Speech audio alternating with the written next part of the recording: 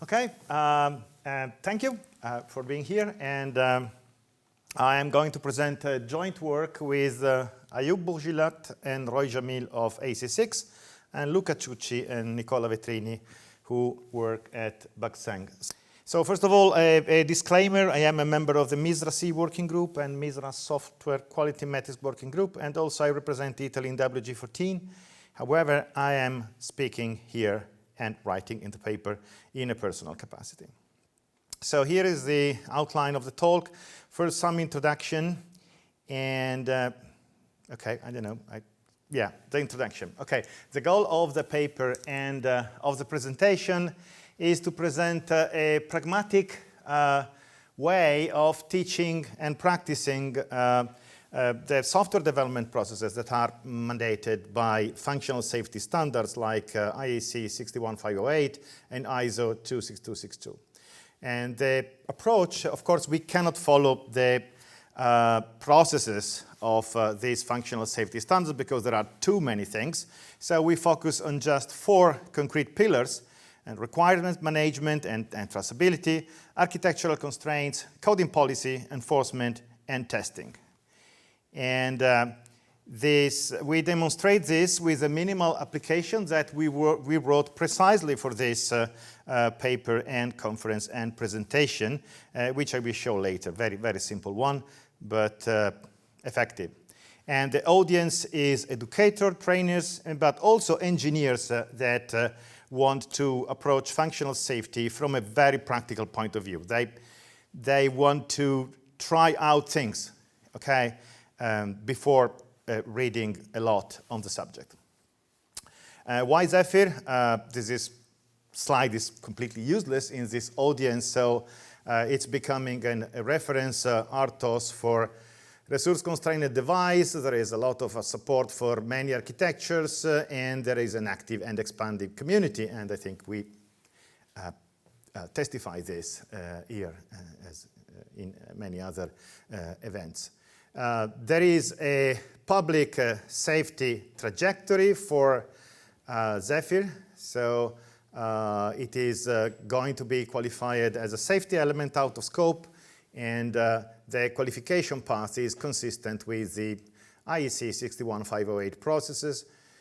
It's an open project, so transparent governance, open documentation, and standardizing tooling. So it's an ideal platform for teaching, I think. And the method that can be demonstrated in a class, in a course that could follow what I'm showing today, can be directly transferred to also product teams integrating Zephyr into their products. So this is the outline. First, I will talk a little bit about the life cycle mandated by functional safety standard. Then I will introduce the case study. It's a very small application which we, for lack of better names, we call Temp Alert. And then we go through the 4 pillars. So requirements, software architectural constraints, coding policy, and testing. And then in the wrap-up section, I will give some demo, not exactly a demo. I will show you a GitHub project we set up precisely for this presentation and paper, and I will show it to you, and you can play with it by yourself. So for the background, the life cycle process of the functional safety standards goes through several steps involving planning, first of all, and then requirements and design of the architecture, detailed design, verification and validation, and release. And the important point is that every activity has to produce reviewable work products that are traceable to safety goals and hazards. The methods mandated by the functional safety standard are graded, depending on the criticality of the safety function of each component. So, of course, the more critical a component is, and the more rigorous the process has to be. And we, among the several things that have to be dealt with in functional safety, we selected the steps that are more amenable to hands-on practice. So first of all, a few words about what IEC 61508 has to say on software. It's part 3 of the standard that defines the software life cycle, giving details on the precise activities that have to be performed.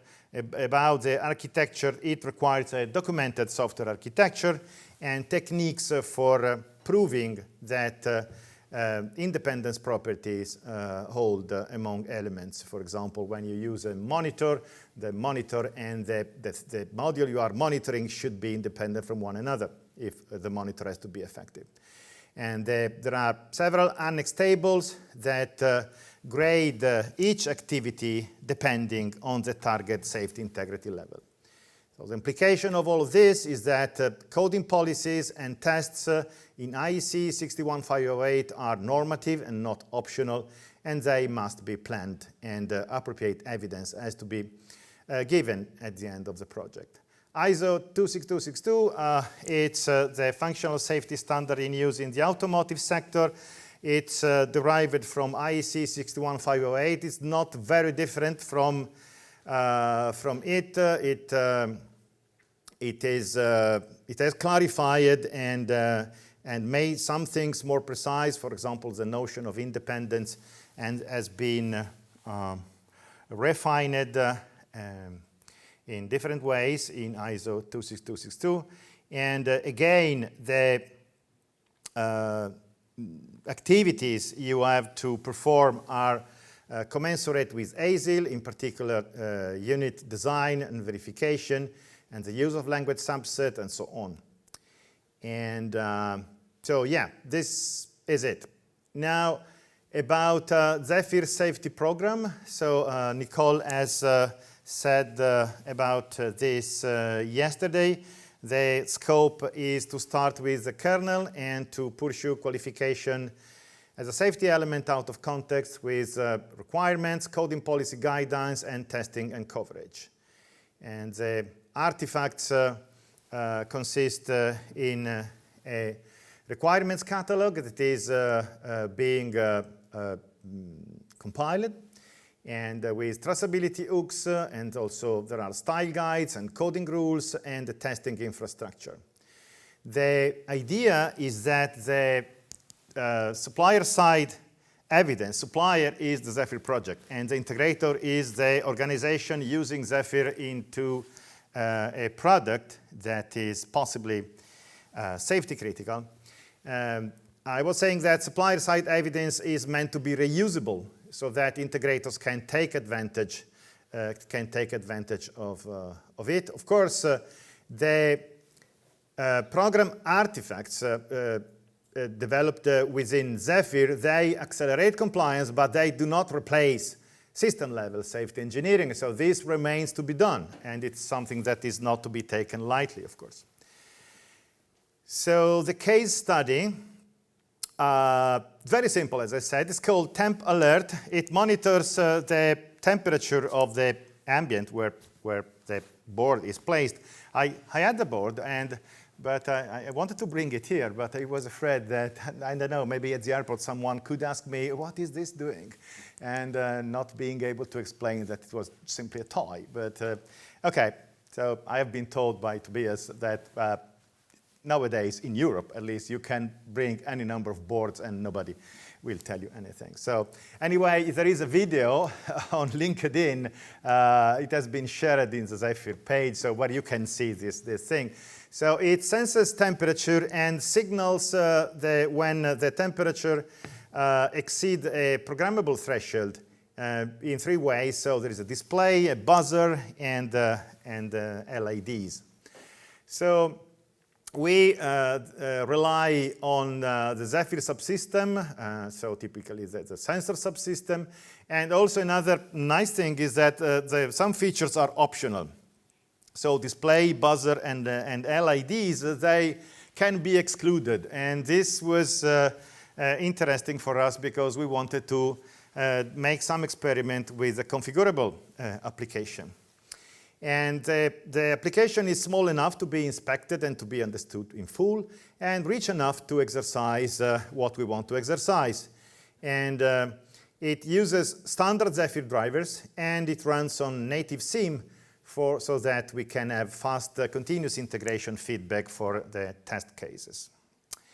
And so the application shows the current temperature in Celsius degrees on a 4-digit display. Whenever the threshold is exceeded, a temporal 3 pattern on a buzzer is played, and also a 4-LED chase animation is run on the LIDs. The system uses the sensor subsystem in order to deal with the hardware, and it's configurable for the reason I've just explained. So the components are there are a few components. So one is the application logic, and then there is the display driver, and the hardware abstraction layer for the display, and the buzzer and the LED modules, and they have public headers so that we have a nice modular structure. We also enforce, as I will say later, layering architectural constraints on who may call who may read what, who may write what. And so the idea is that we want to, in a very, very small exercise, to reflect the same patterns we want students and product teams to replicate in real projects. So let me talk about the 4 pillars. For every pillar, I will briefly explain what it is about, even though it is obvious to all of you, and what is being done in Zephyr for that pillar. No, sorry. What is it about? What do the functional safety standards say more or less on that? What the Zephyr safety program is doing about that, and what we do in the case study. Okay, so 4 things for each pillar. So so why requirements? So the requirements are the cornerstone of functional safety standards. So without requirements, we can even stop. So if we don't think we will have a complete set of requirements for Zephyr, well, it's really, in my opinion, priority number 1, having the requirements. Okay? Because without the requirement, we cannot test anything. We cannot argue about any sort of safety.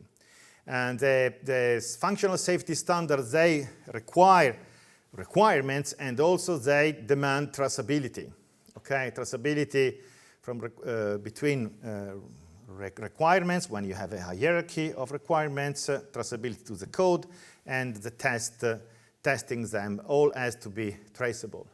Functional safety standards, they place requirements on requirements, so they say they have to be concise, they have to be verifiable, of course, it has to be possible to test them, and they have to be uniquely identified and versioned and so on. Okay?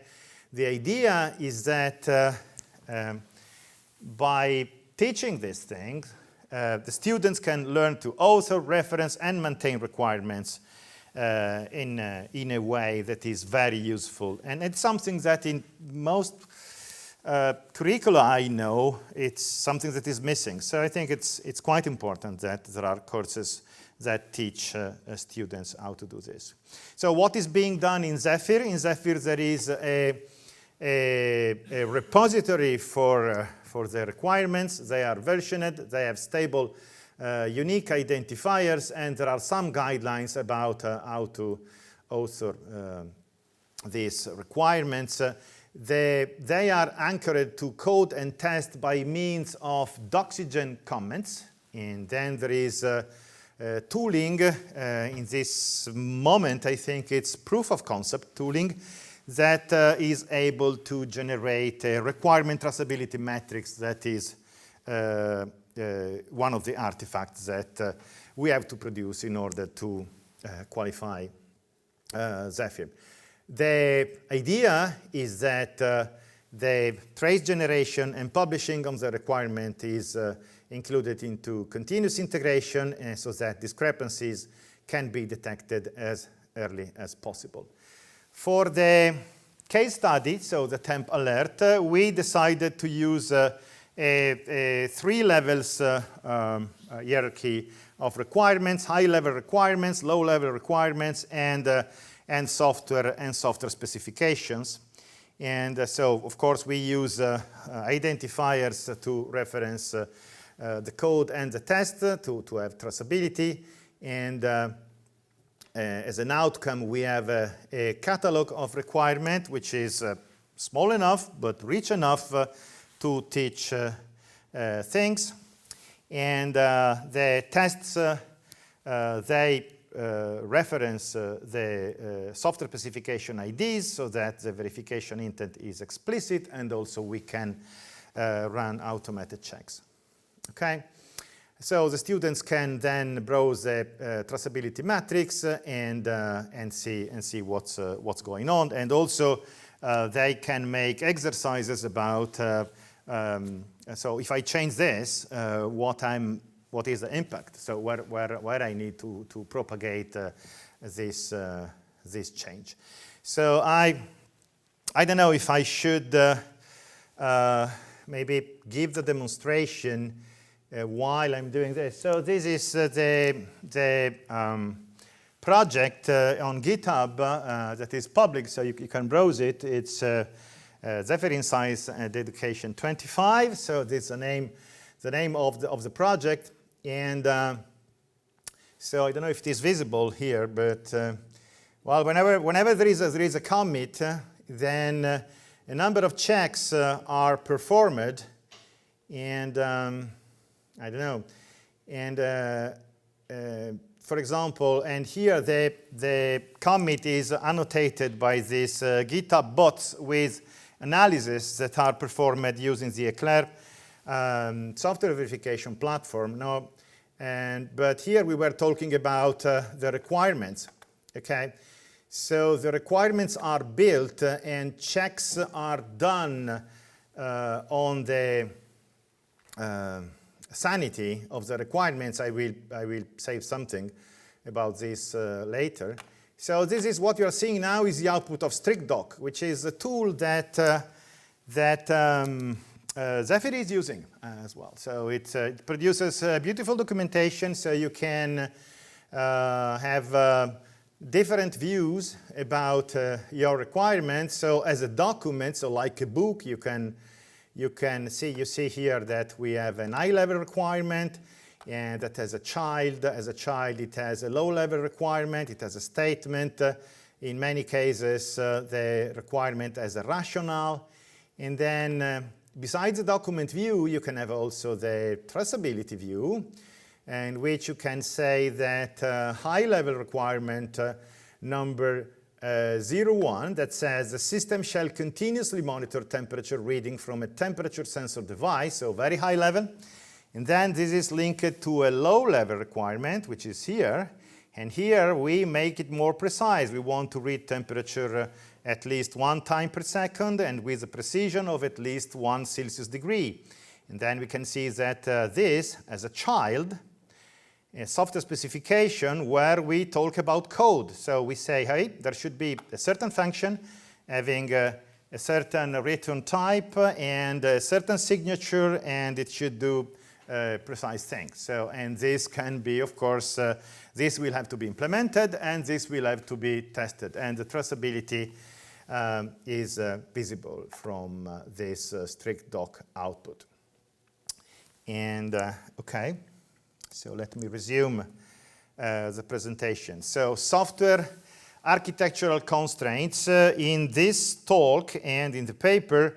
By this, we mean verifiable restriction on interaction. So the application is divided into modules, and there are precise constraints about how these modules can interact between themselves and how this module can interact with Zephyr. So for this, we, okay, and then we check this by static analysis. So static analysis, we use the Eclair independence checker. So it will tell us whether I don't know, we are bypassing the hardware abstraction layer, whether memory mapped I/O is being done in a module that is not supposed to deal with memory mapped I/O, which should be reserved to the HAL level. So this is what software architectural constraints are. These are explicitly mentioned in the functional safety standards. So both standards, they require a software architectural design and also analysis to ensure the independence and non-interference between these components. Of course, in non-interference has to be done at several levels. Only a small part of them can be done at the software level. Okay, so here we are dealing with what can be done to the software level. Okay, then the fact that you have spatial isolation, temporal isolation between the components, this requires different analysis techniques that go beyond what we are doing here. So in the functional safety standard, these software architectural constraints are normative obligations, meaning that it's one way or another you have to prove that the architecture is respected by the implementation. And yeah, so the idea is that we, in this presentation, we promote the use of software architectural constraint as part of the development. And in our experience, this is quite important. So it is quite common to discover at a very late stage in development that some developers thought it was a good idea to bypass a layer, for example. And if you discover this late, it's a problem. Whereas if you have this kind of checks done beforehand and routinely check it in continuous integration, this is very, very important. So in Zephyr, there are mechanisms supporting software architectural constraint. For example, there are public header files, private header files. The subsystem interface are kept as narrow as possible to prevent accidental coupling.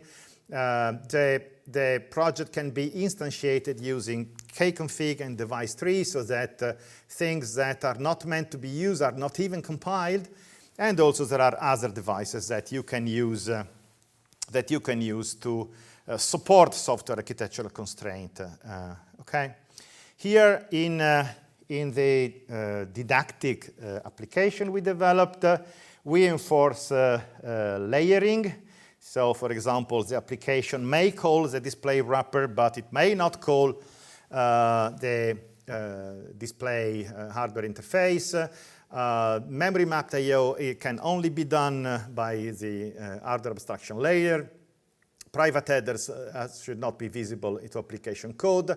And then we have a shared variable among threads, so one that the current temperature is written into that variable and it is read by other things. And of course, we have constraints about who can write and who can read this shared variable. Okay, the rules are linked to requirements, and so the checker report becomes auditable evidence for the thing. And yeah, I don't know what happens here. So Ubuntu what? No, I pushed the button that I didn't want to push. Okay, so here for the independence checks, I think we didn't leave mistakes. So it's part of the coding guidelines, I think. And yeah, so this is details of the analysis that has been conducted. And yeah, independence is here. And let me, I had a filter here. Let me disable this filter. Independence. Okay, so we didn't leave any defect. So this is why we only have information reports. We don't have any violations. This has been a mistake. So people in my team should have left at least one violation of this constraint. So now we simply see the information that that say that, for example, this macro belongs to a component which is called buzzer, And then there are, so here we can see the components, okay? We have display component, LEDs component, and so on. And for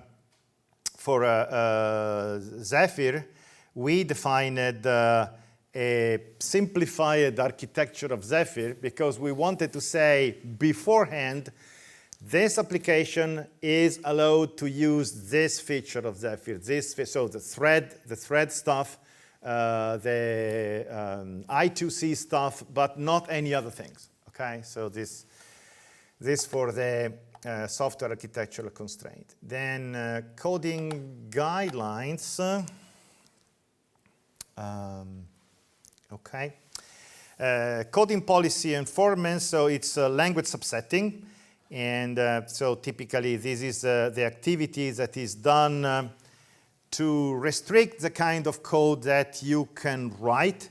For example, well, most importantly, C and C++, they have many behaviors that are either completely undefined or unspecified or implementation defined. You want to control this in a precise way, and moreover, in order to facilitate peer review, which is one of the important activities that you have to do on safety critical software, you want to have to facilitate reading of the code by using suitable style guides involving the naming of the program entities, the structure of header files, the documentation, and the layout of the code. So typically what is done by teams is they choose a language subset, typically MISRA, because it's the most authoritative one, and of course I'm biased, but well, that's it. And then an organization chooses a set of style guidelines, plus a deviation workflow. So in many cases, it will be necessary to deviate a guideline, especially because, well, MISRA says code quality always comes first. MISRA is not blindly adopting the rule, okay? A MISRA violation is just a flag. It says, hey, look, this thing is an inconsistency, okay? It's a potential source. Is this what you want to do? And if it really is what you want to do, and changing the code would decrease the quality of the code, it's MISRA itself saying, you don't change the code, you motivate the violation. And of course, this has to be done in continuous integration and typically with baselines, so that you ensure that you do not introduce violations when you have cleaned the code to some extent. Okay, so these coding policies are part of are explicitly mentioned in the functional safety standards, and so yeah, well, all this is well known. So the point is that typically this means applying the MISRA coding guidelines, whereas for the style guide you are free. So even MISRA says any organization should have coding guidelines, a style.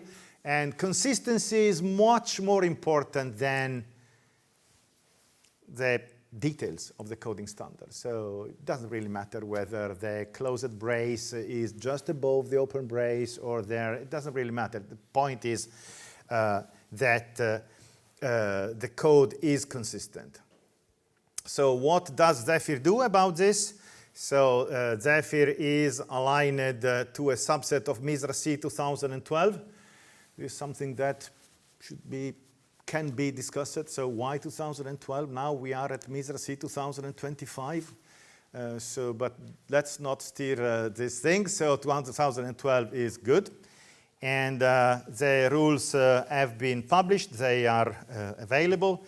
And the idea is that once the check will be up and running in continuous integration, which should happen really soon now, there will be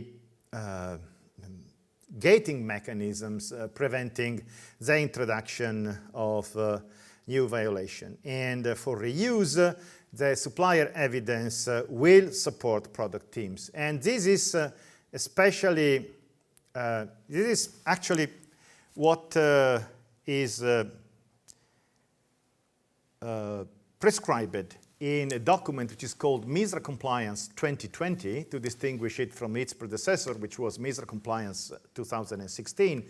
And according to MISRA Compliance 2020, you can, an application developer can treat Zephyr as adopted code, okay? And even though the entire application has to be qualified, the MISRA compliance part for the adopted code can leverage what the Zephyr project will do in this area. So this will simplify things a lot.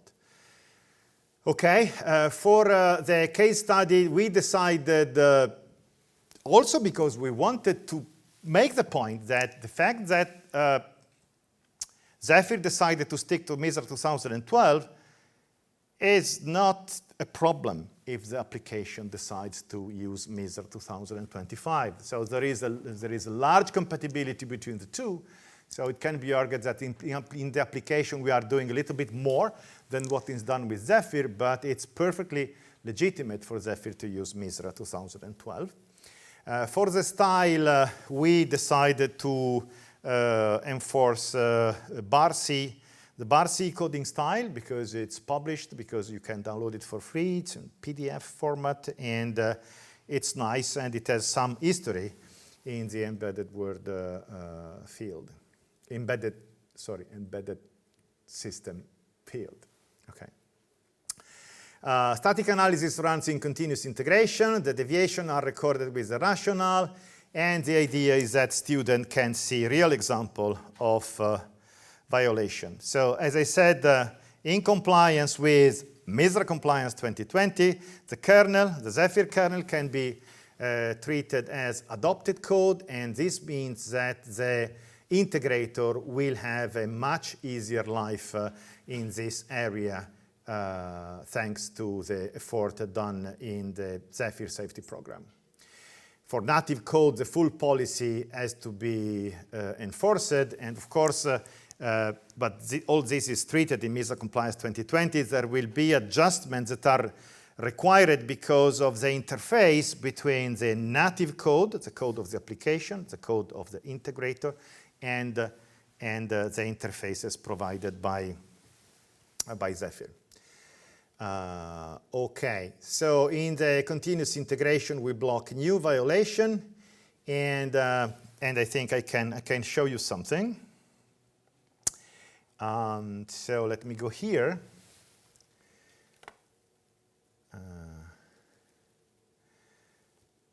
Let me go back here. Okay, so here we have two pull requests. So one that introduced a new violation of rule 15.7, and this was blocked because, of course, it failed the check. And so this is an example of gating. And before, I didn't show you a violation in the legality checks for the requirements. So we have a software specification whose child is a high-level requirement, which is not like as it should work. So high-level requirements, I can point to other high-level requirement or to low-level requirement. The low-level requirement can point to other low-level requirement or to software specifications. And software specification can only point to other software specifications. So anything that it's not does not respect this is blocked, and so yeah, and what is it? Well, I don't know. Yeah, it should be here. The thing that failed, yeah, okay. So it says that we have a low-level requirement that is a leaf node, and the low-level requirement needs to be implemented somehow. So there is no child, and this is one of the conditions that is being checked. Of course, there are possibility to whitelist things. So, for example, you may want to have a low-level requirement that doesn't result into a software specification. It results into a hardware requirement. So in this case, you will you can write in your configuration well that hardware requirements are not subject to this constraint. And here are the other errors that have been found by this thing. And about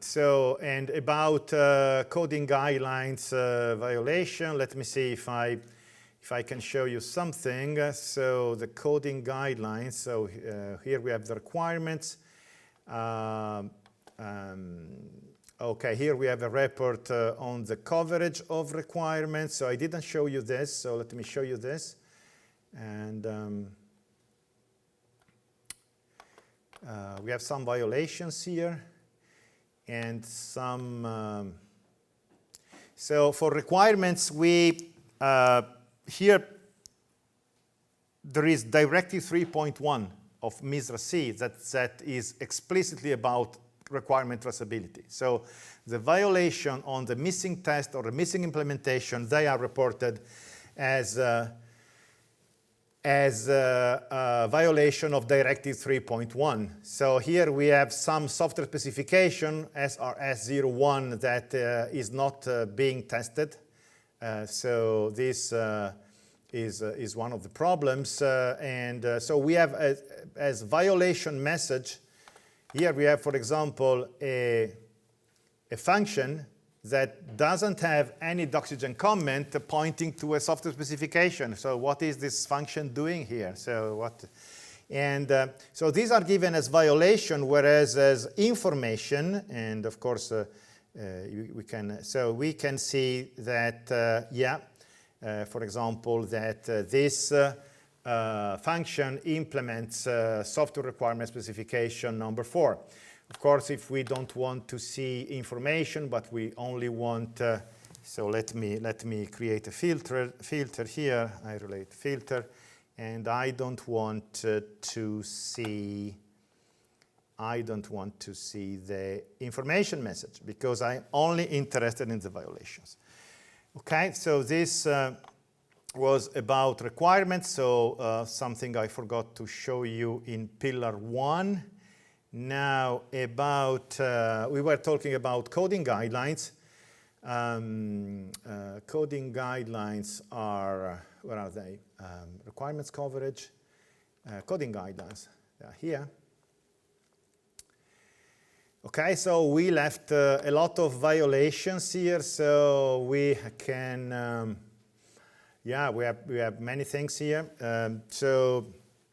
What can I show you? For example, I don't know, 17.7. It's there is one MISRA guideline, rule 17.7, that says that if a function has non-void type, then you have to use the return value. So here in the application, we have been sloppy. So GPIO pin set DT does return a value, and we are completely ignoring it. So this is violations. Why is this? Can it fail? Are we missing two? So again, this is not a bug. This is a call for attention. It says, hey, this is returning something, and you are throwing it away. Is this really what you want to do? About the interaction with Zephyr, I think I've seen, okay, so this. Okay, so this shows one of the interesting features of the Claire static analyzer, which is dealing with the preprocessor in a nice way. So there is a problem here. It says that the string literal, so the rule says you should only assign a string literal to a const char pointer. And the reason is that if you later try to write on a string literal, it's undefined behavior. So this is the reason why there is a rule. And this happens via this log error call. So we don't see where the string literal is assigned here. In fact, it is this thing happens in the preprocessor. So thanks to a very long chain of preprocessing, and Claire is showing here the code before preprocessing and the code after preprocessing, and along with all the macro expansion. You see there is a very deep sequence of macro expansion. So this is one of the way, this to show you, okay, so we are doing something. We are actually calling a log function. We are not really doing anything dangerous, but the problem is that in the definition of Zephyr, this, in the end, it gets assigned to a non-const char pointer. And so I did this before, so I wanted to know whether this only happens in the log macros. So I select this, I exclude them, no violation. So I know that maybe I can deviate. So in order to deviate, I will have to examine the definition of the log macros and make sure that, yes, the string literal is passed, is assigned to a non-const char pointer, but the thing is safe. So by simply deviating the log macros, I will be done. Okay, so this is the thing. And so let me continue. Where is it? Okay. So pillar testing, why testing, of course, to provide evidence against requirements. And so there is a lot of testing activities, unit testing, integration testing, system testing, acceptance testing, and they are normated by the standards depending on the target safety integrity level. So not much to be said here. And then structural coverage analysis is required with a level of rigor that is proportionate to the criticality. So you may have to do just statement coverage if the criticality is low, and branch coverage if it is higher. And you may even have to do MCDC coverage for ISO 26262 ASIL-D. And okay, what is done about testing in Zephyr? A lot. There is, this Z-test framework, which simplifies significantly the writing and of unit tests. Then there is a twister driver that does among other things, the work on testing. There is this interesting native sim emulator, which allows us to do testing on the host, which of course does not replace target testing, but it will allow you to discover a very high proportion of the problems as early as possible, so that you only rely on target testing for the things that are truly dependent on the target. And also there are built-in workflows to obtain statement and branch coverage data. Here in the didactic example, we have 3 different suites because, as I said, the project is modular. So we can switch off the display, we can switch off the buzzer, we can switch off the LED. So we don't want everything to fail because we are in a configuration. So this was one of the things that we wanted to do. For the execution of the test suite, we use the standard machinery of Zephyr, and we end up with machine-readable reports that are suitable for dashboards and gating. I will show you something in a minute. And okay, so we are doing statement coverage, branch coverage. We have all the machinery in place for doing MCDC coverage, which is what we wanted to do, but we are waiting for the Zephyr SDK to be based on GCC 14, which I think is happening very soon now. So the demo was done during the presentation. Let me just show you something about the traceability testing. Where is it? Okay. So coding guidelines, requirements coverage, and test coverage is this. Test coverage is this. Okay.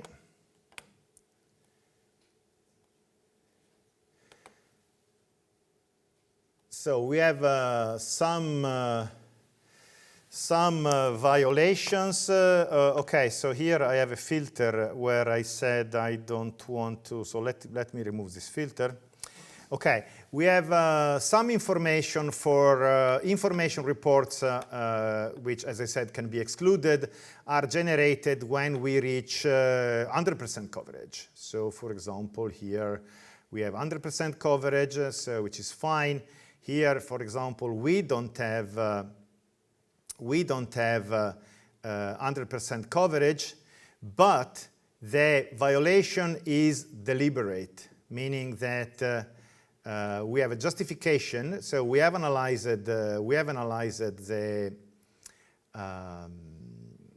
violation saying you are not reaching full coverage here, and we gave a reason, and the reason is Zephyr set functions are designed to run indefinitely and never return.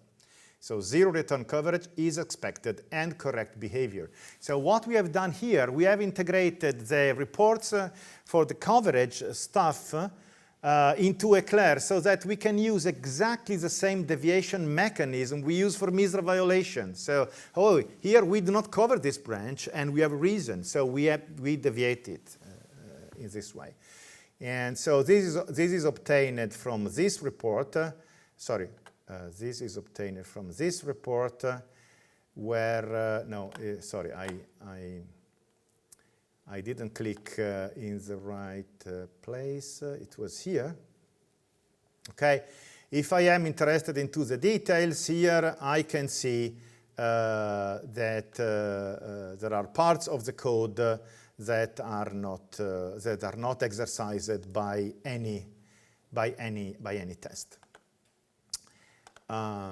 Okay, so let me go to the wrap-up section of the presentation, which is here.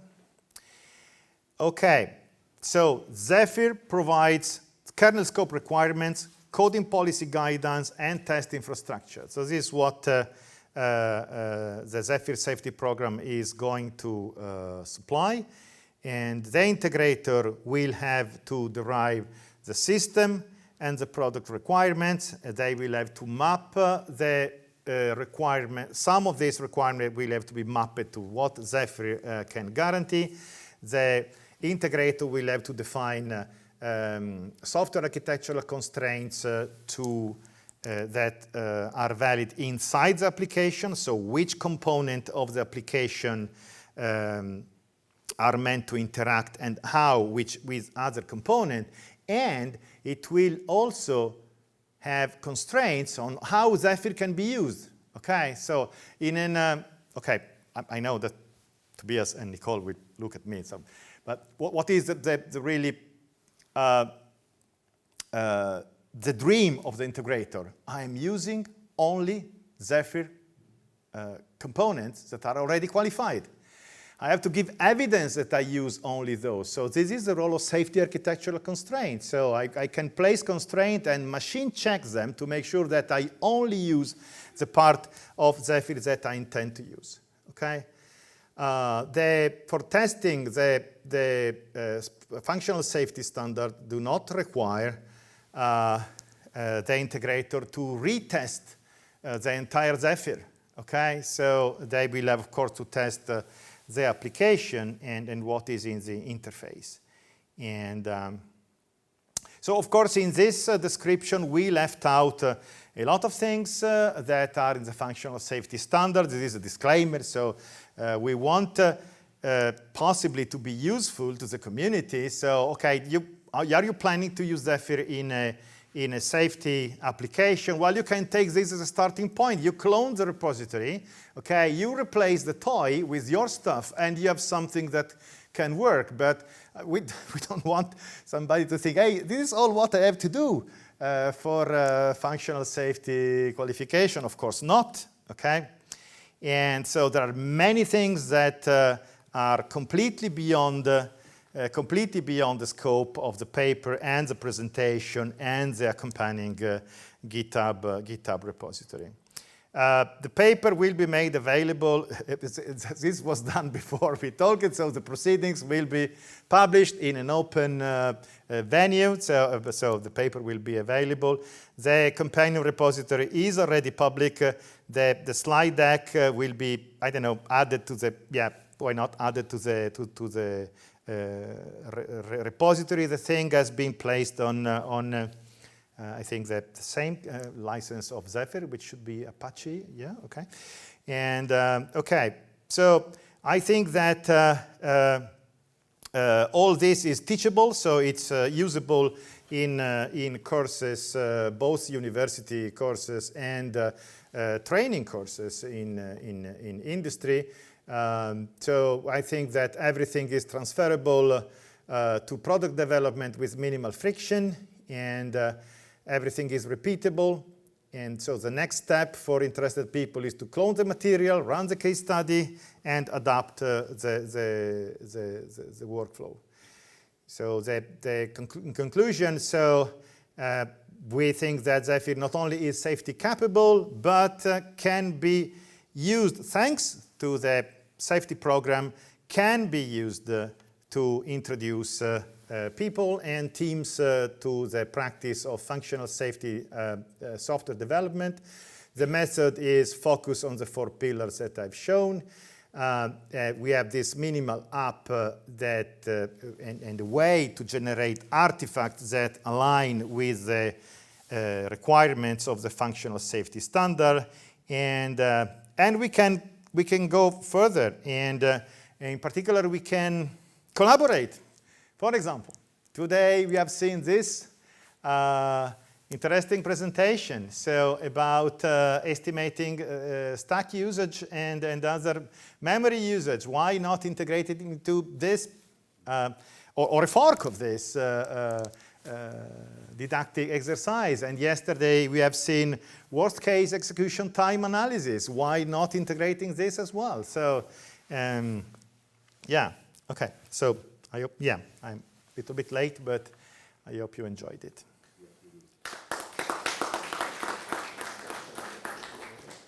So thank you, Roberto. Very interesting again. Other questions?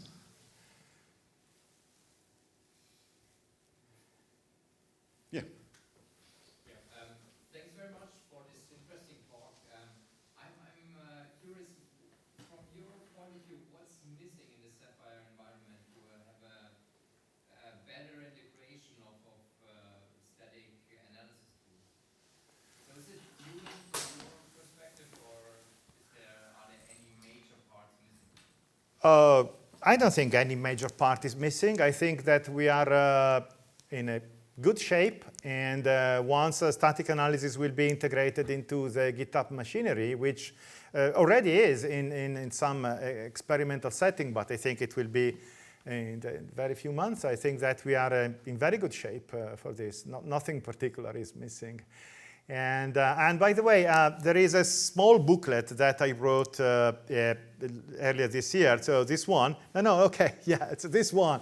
And I placed some copies on the table. So there is something that, if you were interested in this talk, then please take a copy and maybe. So there are some of the topics I covered today that are covered more in the booklet. So yeah, okay.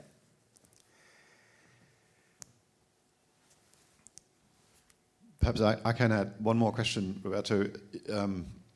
In the very interesting example that you showed, and which is on GitHub, which is great, did you also exercise linking your product safety needs to the existing Zephyr requirements? Because that's a question I'm being asked a lot.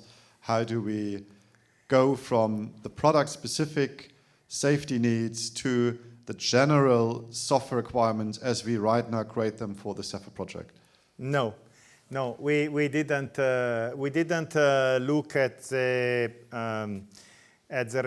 Zephyr requirement repository to see if the part we were needing, so a sensor subsystem basically and the support for multi-threading, if they already had what we needed. So this has been done quite recently. So I'm not recycling anything. So we wrote the paper and the application precisely for this venue. So this is really a premiere. Nice. So and yes. It's a starting point, really. Very good. Yes, and I think we'll have a lot to learn from it. I personally learned a lot already. So thank you very much again. Thanks you for joining this.